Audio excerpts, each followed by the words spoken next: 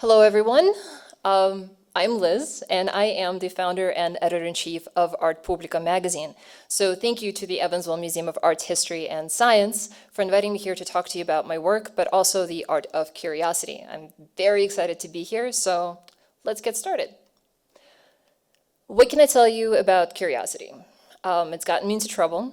It sent me on a couple of really wild adventures, and it has, in many ways, defined my life so far. It's what helped me realize that almost everything that is made by people has an art direction. And it also inspired me to create ARTpublika Magazine to explore the pragmatic side of art. Now, you could think of ARTpublika Magazine as sort of art-centric cross between National Geographic and How It's Made. Our goal is to show you how art influences almost every aspect of your life. So from the designs and the cupcakes that you eat, to the layout of the cities in which you live, to the movies that you watch on screen. To do that, we basically pick a topic, and then we try to sort of look at it from many different angles, but through an artistic lens. These are the issues that we've done so far. Art of sex was a good one. Art of city planning was fascinating. Art of crime is one of my favorites. Art of death is also on top of there, but we'll discuss a couple more of these as we go along. The idea is to take a subject and to look at it from multiple angles, right? So for example, we want to look at the history of something. We want to understand the people that were involved in moving that subject, industry, idea forward. We wanted to see how it affected or is reflected in STEM.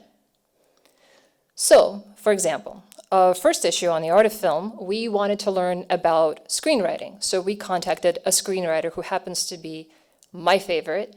His name is Jonathan Lynn, and he is the person who wrote and directed Clue, as well as Nuns on the Run, as well as a number of many amazing films, including My Cousin Vinny. So for history, we looked at the history of film, and we discovered that women were actually major players in the silent film era. And it was very fascinating to learn about how their work sort of shaped the industry in its early days. We wanted to understand the difference and creative approach for documentary films to feature films, and so we spoke to people who do both. This is a really wonderful, wonderful film. It's called Loving Vincent, and what makes it special is that it's the world's first fully oil-painted, animated feature film. We got to interview the person who sort of helped make it, which is, it's a lovely woman who was an artist and an animator. And she walked us through the process. It's very complicated and there's a lot of steps involved, but I highly recommend you check it out. Then we looked at this other film called Carol, and we realized that its art direction was heavily, heavily influenced by the work of Edward Hopper, who was revered for his ability to portray loneliness. And in many ways, this film is exactly about that. This is my favorite. This is an amazing company called Perception, and what they do is that they're responsible for Marvel's motion graphics and visual effects. So all of the technology of Tony Stark and the rest of the Avengers and all of the various superheroes use, these guys came up with the visuals for that. But what makes this particularly awesome is the fact that they take these fictional technologies that they designed for film, and then they work with companies like IBM, SpaceX, Microsoft, and they make them reality. Our current issue is on the art of robotics, and I put a little teaser together so you could kind of check it out and understand what was entailed. I think I'm supposed to press this another time for it to start.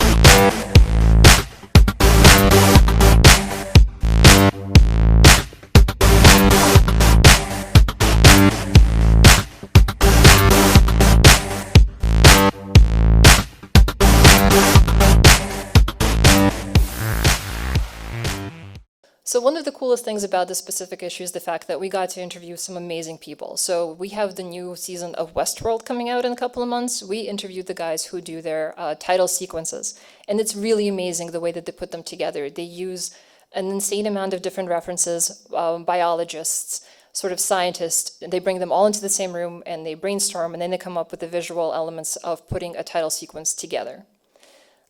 We also interviewed this interesting individual who sort of runs the Terrasom Movement Foundation, and what they do is they're running a multi-decade experiment trying to see if you could make a file of someone's personality intelligence, basically copy a person into a digital vehicle, if you will, and then transport their consciousness into a robot. It's really fascinating. If you check out the article, you'll notice that there are a lot of different visuals and videos to help you understand the concept because it's complicated. But it's absolutely fascinating, and it's all done through sort of artistic means. Our next issue is on the art of astronomy, and it comes out on Monday, January 27th. So please check it out because it's really, really, really great. I'm not going to give away too much about it, but we did interview Smithsonian's director of the National Air and Space Museum, and they told us some very, very interesting things, especially considering the fact that that person used to be one of the head scientists at NASA. Now, you may be wondering at this time why we chose to look at subjects through an artistic lens, and there are two very simple answers. One is it's good for the heart. Two is that art is about expression and creation. And human nature is comprised of dueling sort of forces. One of them is creativity, and the other one is destruction. Whichever one you choose to focus on is your choice, obviously, because I just said that. I make the argument that it's always better to kind of look at the world through an artistic lens because it's like wearing rose-colored glasses. You're able to look at the creativity, imagination, depth, resourcefulness, and the ingenuity of people, and then you get to realize or understand how they take all of those and purposely make the world around you more beautiful. It helps you appreciate the society that you're in, it helps you appreciate your community, and it just makes life a little bit more pleasant. But more importantly, art makes life more interesting. This is important. 20 years of scientific research has come up with one very interesting and specific finding. People are bored. They're bored at home, they're bored at school, scientists and teachers know this, and they're bored at work. You know, there's a lot of research to say that there are small benefits to boredom because it forces you to be creative. But for the most part, the negative side effects of severe boredom have been documented, and they include depression and absenteeism and substance abuse, and a general sense that life is not worth living, which is terrible. A lot of that is caused by the fact that people have trouble integrating into their environment. They may be stimulated by their environment, but not enough, or the polar opposite, where they're stimulated too much. We have so much information coming at us all of the time, it's easy to block it out or become numb to it. But art is therapeutic. Actually, the Evansville Museum of Arts, History, and Science recently shared an article that supports this finding, that art is in fact therapeutic. Exposure to art, the creation of art, and learning about art elevate the quality of your life. I can honestly say that since launching ARTpublika nearly 3 years ago, boredom hasn't really been a part of my life. And I'll show you why.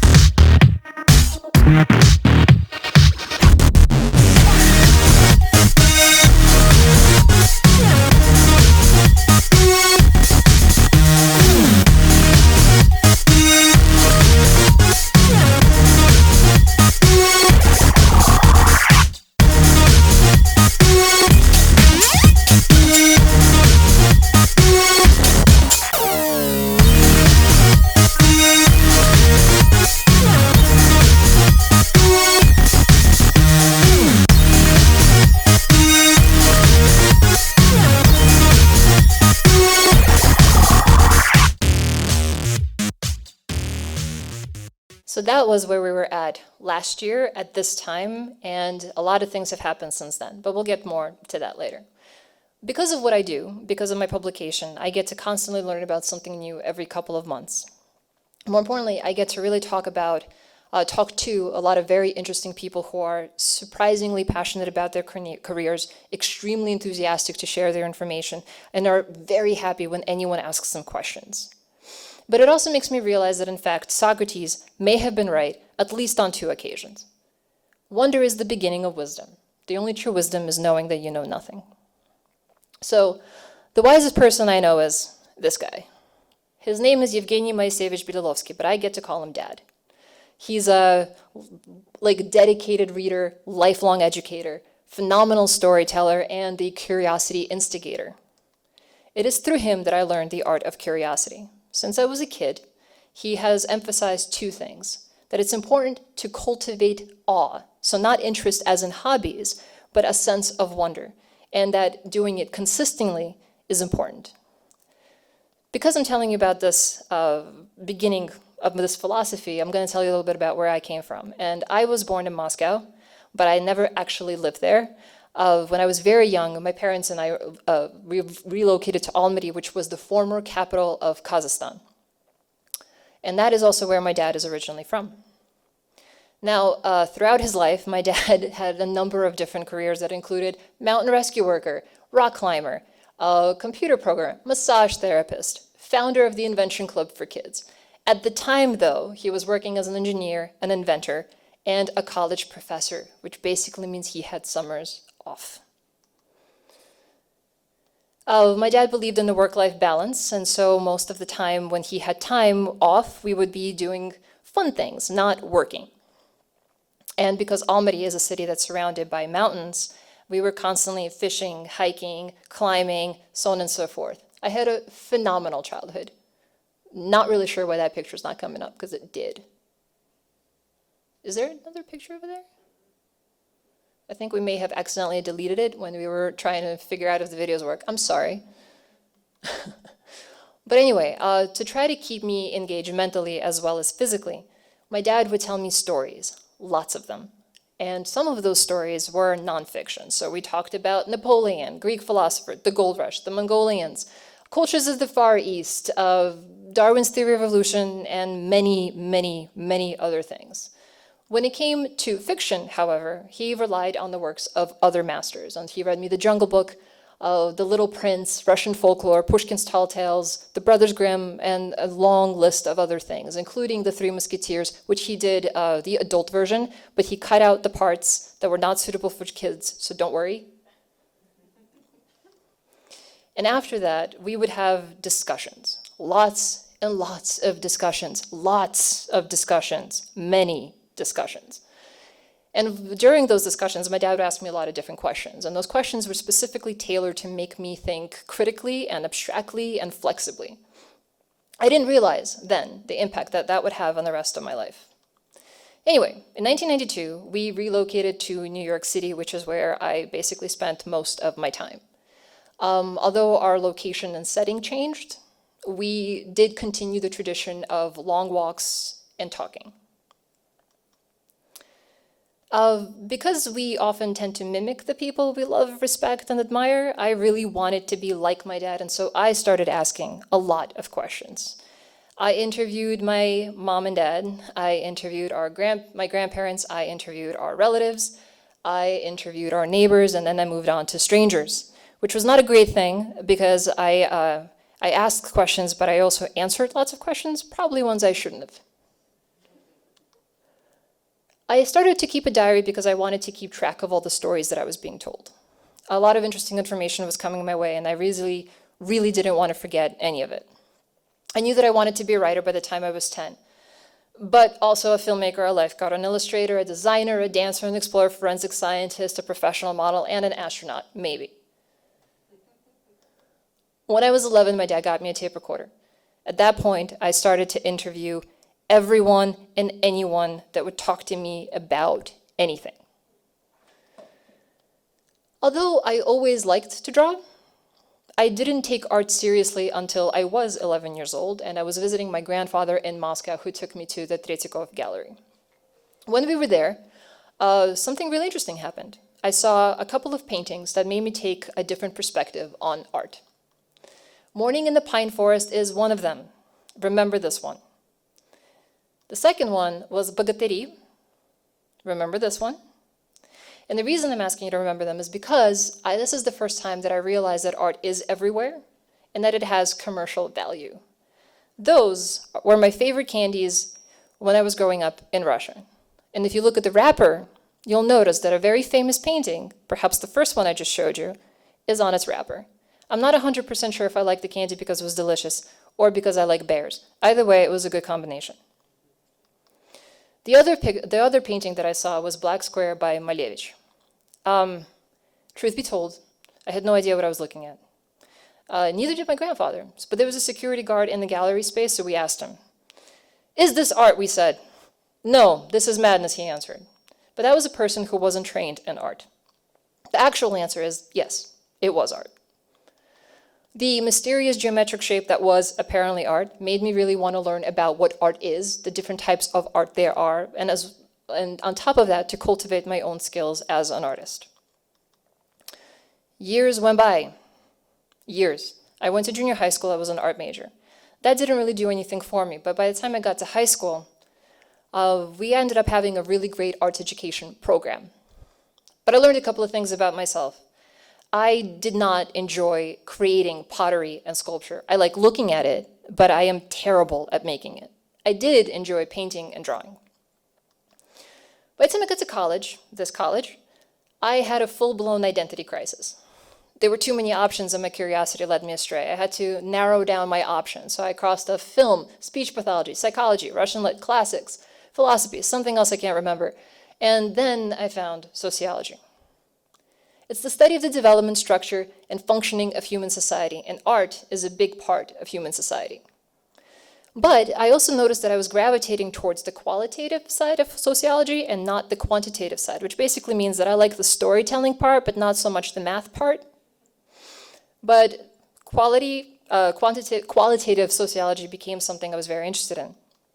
But then graduation happened, and then life after that. And I had no idea how I was going to be at this whole adulting thing. So when in doubt, intern. I took on 3 different internships. 2 of them were writing related. So I started working at this digital music blog, sorry. I started working at a arts and culture magazine called Times Square. And then I got an internship at an agency called Squeaky Wheel Media, and it was great. Because across these 3 internships, I was able to learn different things, learn different skills, talk to different people who work in different industries across the board. It was really, really stimulating. And for a while, I was living the dream. But 3 internships take a toll. It becomes difficult to manage your time and your life and to feel good about things, even if they're exciting. So that's when I broke out the art supplies and started to draw. It was the first time in a long time that I realized for myself the therapeutic power of art. After that, I became a freelancer. I worked for a number of different publications and wrote about a bunch of different things. I was the managing editor of a publication called Brainworld Magazine, and we covered things from a neuroscience perspective. I worked for a company called Rain Magazine, and there we did a bunch of creative entrepreneurship. I wrote some articles from the New York Times and a couple of other publications, but for the most part, the problem with working for somebody else is that they're somebody else's ideas. You're trying to help someone else execute their vision, and I was having a little bit of trouble with the lack of creative freedom because I wasn't getting a chance to write what I wanted to write about. And as popular as the Kardashians are, I don't want to cover them. Anyway, I started to think of ways to bridge my passions for art as well as writing. My husband, who I met in college, gave me a large collection of Kurt Vonnegut books, which I love. He is my favorite author, and I read everything he's written. But I came across this quote: "The arts are not a way to make a living. They are a very human way of making life more bearable. Practicing an art, no matter how well or badly, is a way to make your soul grow. For heaven's sake, sing in the shower, dance to the radio, tell stories, write a poem to a friend, even a lousy poem. Do it as well as you possibly can. You will get an enormous reward. You would have created something. That hit home. I wanted to create something, and so I created ARTpublika Magazine. It allowed me to channel my curiosity into sort of an artistic lens through which I could examine things that were of interest to me. It was really fun. In a way, that became my own art.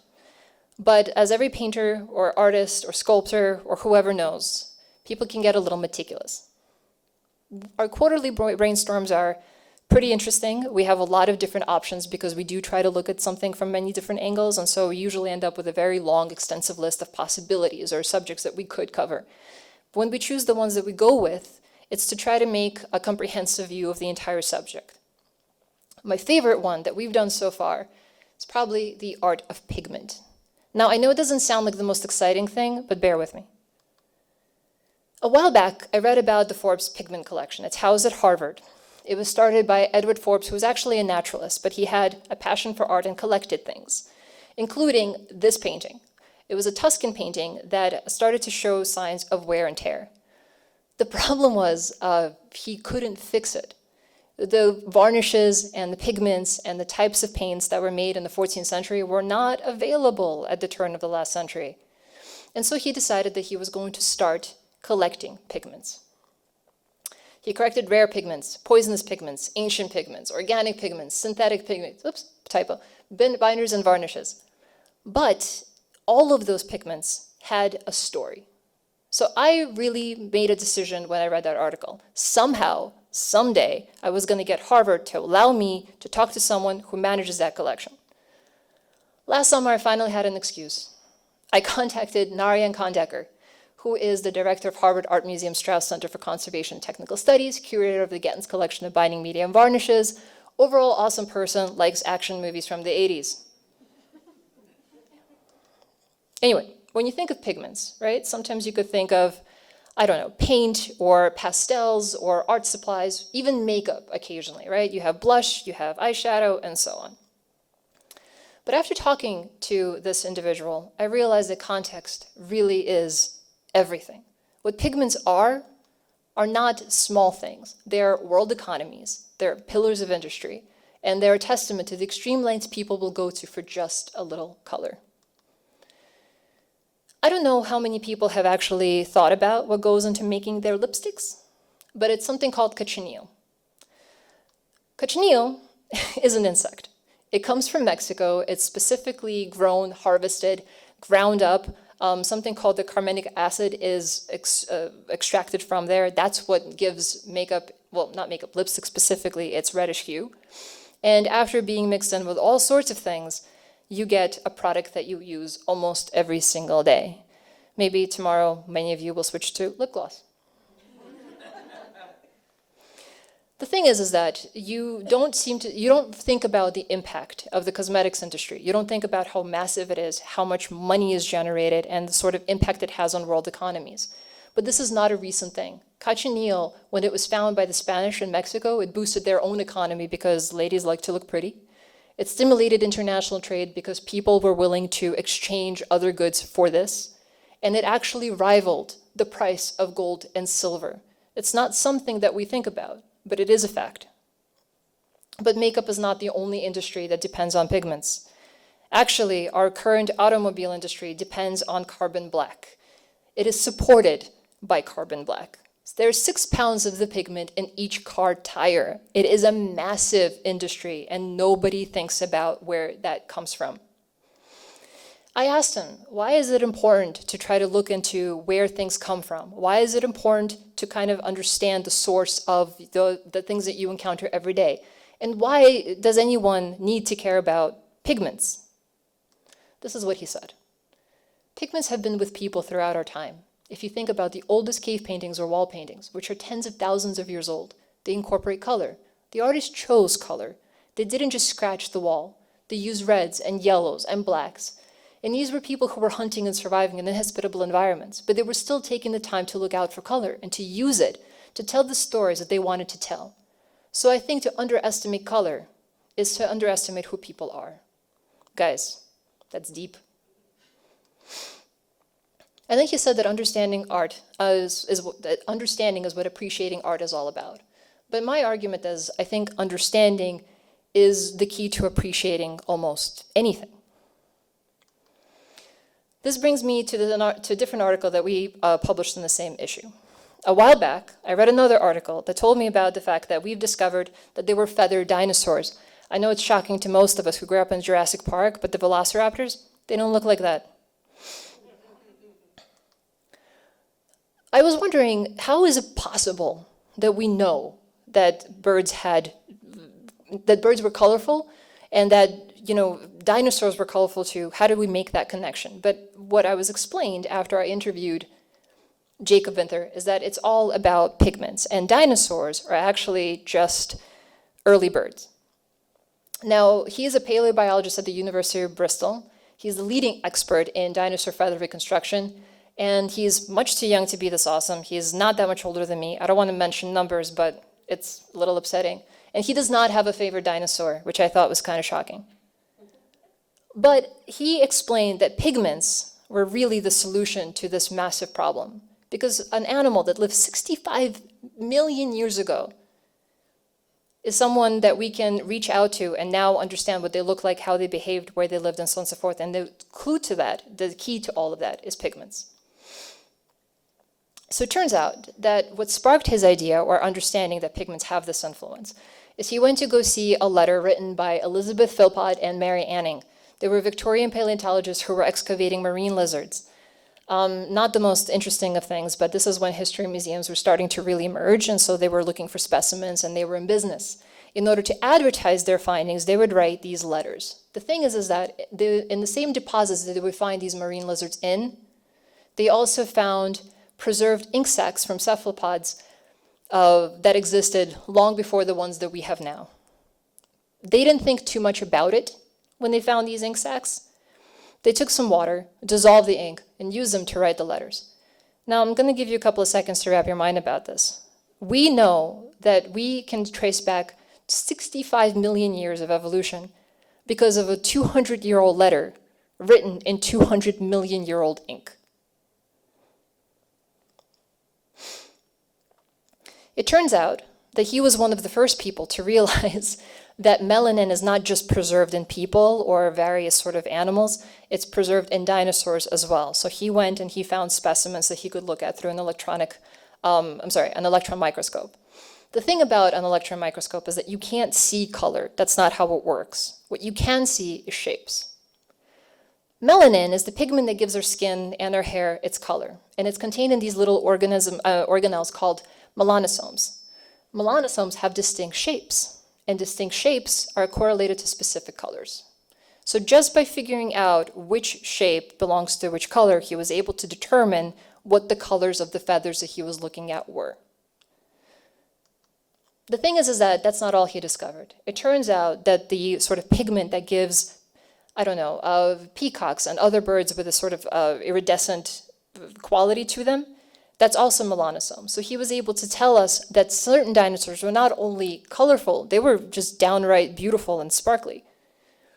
But the thing is that that's not where it ends. He used those pigments and his discoveries to go one step further. By being able to reconstruct the different colors of the dinosaurs, of the dinosaur feathers, he was also able to figure out how they lived. And he did that through a very complicated method by kind of looking at a number of other factors, such as counter shading, which is one of the things. It's when animals develop coats or skins that help them camouflage in certain environments and not. So I highly suggest you read the article because it's a lot better expressed than what I'm doing at the moment, but it's fascinating, and he did it all through pigments.